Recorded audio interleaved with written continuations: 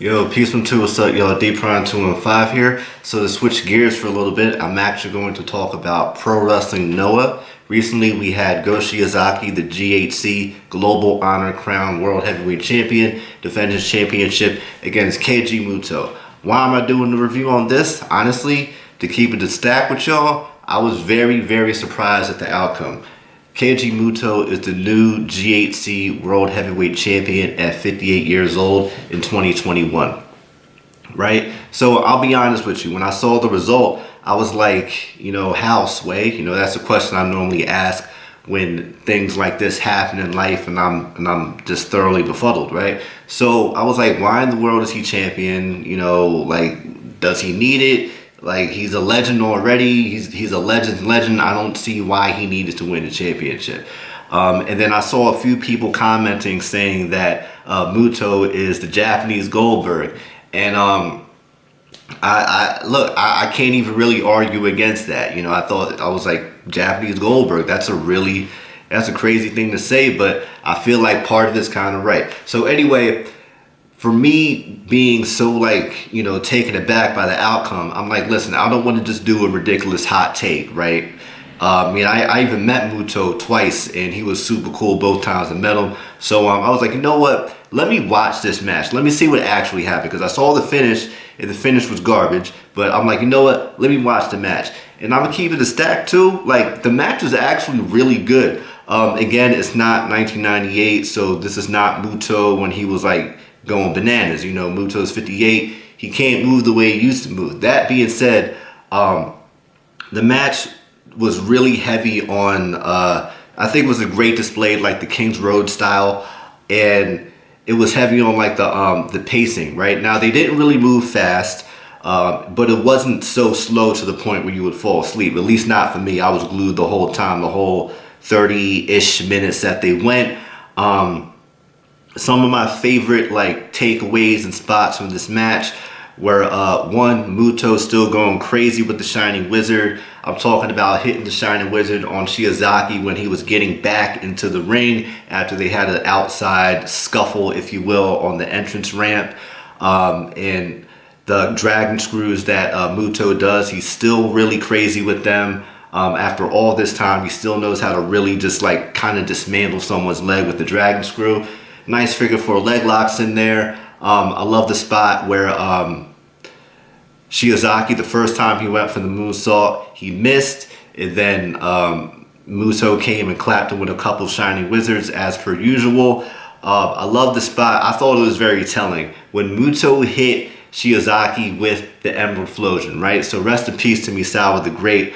And as you know, if you follow Mutoh's career and everything, you know that Mutoh and Misawa have wrestled each other before. And there was one particular match they had. I forget the exact, if it was a singles match or a tag match. I forget when the match actually happened. Long story short, they actually had a sequence where they stole each other's finishers. So Mutoh actually hit the Emerald Flosion on Misawa, and then Misawa hit one of the cleanest Shining Wizards I ever saw in my life on Mutoh. That's a whole aside, but that just goes to show that Mutoh, he's been the Japanese pro wrestling world, the pro wrestling world as a whole. He's pretty in that, he's really entrenched in that. So to see him do that, I thought that was really good. I popped for that spot. And I'll throw in a pause in there just because. But anyway, yeah, that was really cool. When Mutoh teased his moonsault, which I'm like, I hope he doesn't do that. And he didn't do that, but Shiozaki capitalized on it. And Shiozaki hit a few lariats, no 3 count. He hit a moonsault, no 3 count. And after it gets it's starting to pick up a little bit, the back and forth is starting to get a bit more quicker, not super fast again, but starting to pick up the pace a little bit. Shiozaki goes to finish the match with one of his lariats, and instead of him hitting the lariat, all due respect, Mutoh, I told him to his face, is one of my favorite wrestlers ever, but that was one of the sloppiest Frankensteiners I ever saw in my life. I could probably do a Frankenstein better than that, and I don't even do Frankensteiners, you understand? I might have made it work, but the reason why it was so bad was, one, just the execution wasn't that good, but the pin was horrible. One of Mutoh's legs was not even holding down Shiozaki. And I'm just like, listen, Shiozaki could have easily kicked out. There was no pressure on Shiozaki, right? So the finish was garbage. The match was actually good. I wasn't, the happiest with the outcome of the match, but the match was actually really good, so cannot take that away from them. It's good to see Mutoh. He's older, but like he's still, I feel like for what he can't do physically, he can make up with mentally as well. So like the in-ring psychology between the two of them was really, really good. One thing I noticed throughout the match as a whole is that they don't really hook legs when they covered. I thought that was pretty interesting. So one thing about like kind of like the outcome of the match, like afterwards, Kaito Kiyomiya, I hope I pronounced his last name correctly, he challenged Mutoh for the GHC Championship. So it's looking like Mutoh is going to be a transitional champion. That's what it looks like. I'm not really understanding why they decided to go with that.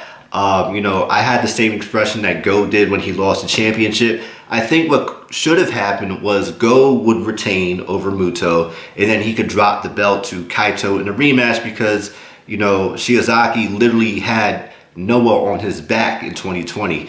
Go Shiozaki is my wrestler of the year for 2020, and I think he should have won the Tokyo Sports Award for MVP of the year. Then went to Naito. All due respect, I don't know how Naito won that because he didn't wrestle for most of 2020 because of the pandemic, while at the same time, Shiozaki had Noah on his back the way Misawa had Noah on his back in like 2007 or so. So, I would prefer for Go to retain and then drop the belt to Kaito, but it is what it is. I'm happy with the match. The outcome was crazy, but the match was great. What did you guys think of this match? Were you happy? Were you, with the match itself, were you happy with the match? Were you disappointed with the match? Were you surprised at the outcome? Let me know what you think in the comments. Make sure you like, comment, share, and subscribe to yours truly, D-Prime215. Let's see what Pro Wrestling Noah has next in store. Till next time, peace. Salute.